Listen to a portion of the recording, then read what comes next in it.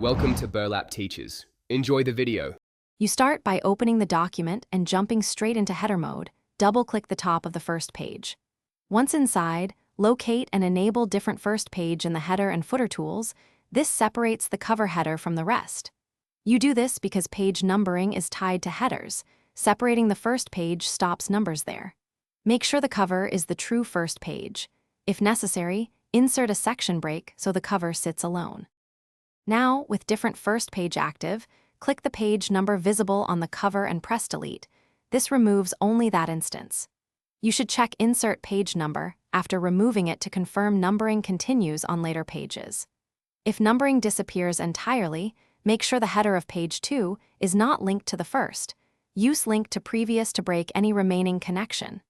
This matters because linked headers propagate deletions across sections. Finally, confirm the numbering sequence by choosing Page Number Format Page Numbers and set Start at 1 or another value, so page 2 shows the desired number.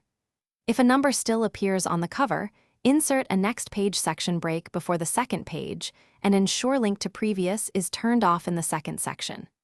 Troubleshooting tip: if numbers reset or vanish, check for multiple sections and repeat different first page plus unlinking.